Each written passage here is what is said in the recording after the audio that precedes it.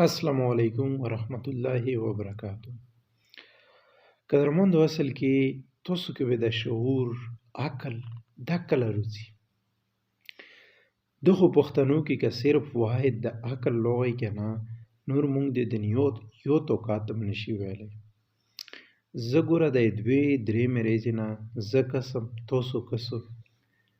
چې افسر افغان د شنګلې سیمې سره تعلق سوتي هغه یو پوسټ کړی و د نن سبا چې مونږ او پښتنو په دا سوشل میډیا باندې کومې ډرامې شروع کړي دي اوس ګرخیل یو ټول خوښ یو خلکو ته کینو خوښ یو خلکو ویډیوګانې کسو څوک چې ورته مطلب خبره کوي هغه له مونږ په سپک نظیر کسو هغه یې خپله ایډي نه پوسټ شیر کړی و لیکلي و چې د نن سبا پښتانه چې کوم دي اوس ګرخیل شوي دي اوس بوډاګي هغه کرکټ والا چې کم دی بیا داسې جلات خان شو داسې نور زیباګل شو دا ټول یې پکې منشن کړي وو. ګوره تاسو پښتنو دغه لا ټیم مېر کړی دی دغو شیانو لا کم از کم د دغو نه راووځو خپل کروبار له سوچ ویرکو خپل ژوند له سوچ ویرکو. ګوره موږ په دا علاقه کې داسې خلک دي داسې خلک پکې شته دی چې هغه صرف د مونږ او تاسو د واجې نه ورستو پاتې شوي دي. که چیرې هغه مونږ په دا میډیا باندې راوچات کو هغه ټیلنټ مو په دا میډیا راوچات کو هغه ګوره مونږ د علاقې ته هم ته ډېر سهولت میلودلی شي. داسې خلک مو لیدلي دي چې قسم قسم انجینیران شته دی هغه مونږ له په کور دي چې مونږ یې په دا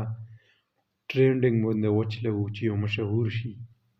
څه ګټه به ته میلو شي دا مونږ له څه میلویږي چې یاره مونږ او تاسو صرف ځان مشغول کو خو دا دره خل را جمع کیږي. ګوره مونږ ته یو بیوقوف قوم ویلی کیږي د دغه حوالې سره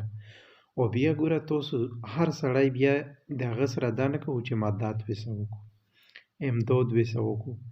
یاره غریب دی هغه بار بار تاسو ته په ویډیوګانو کې وي چې ما په واسه هیڅ شی نه کیږي هغه څه تاسو دا نه کوو چې امداد ویسه وکړو.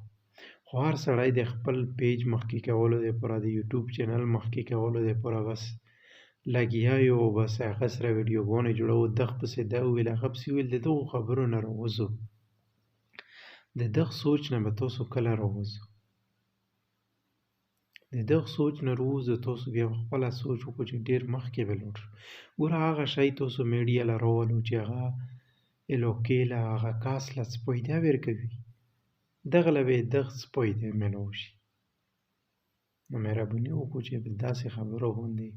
ایکشن نه دی اخیستل پکار خپلو کې مینه کوو ژوند کوو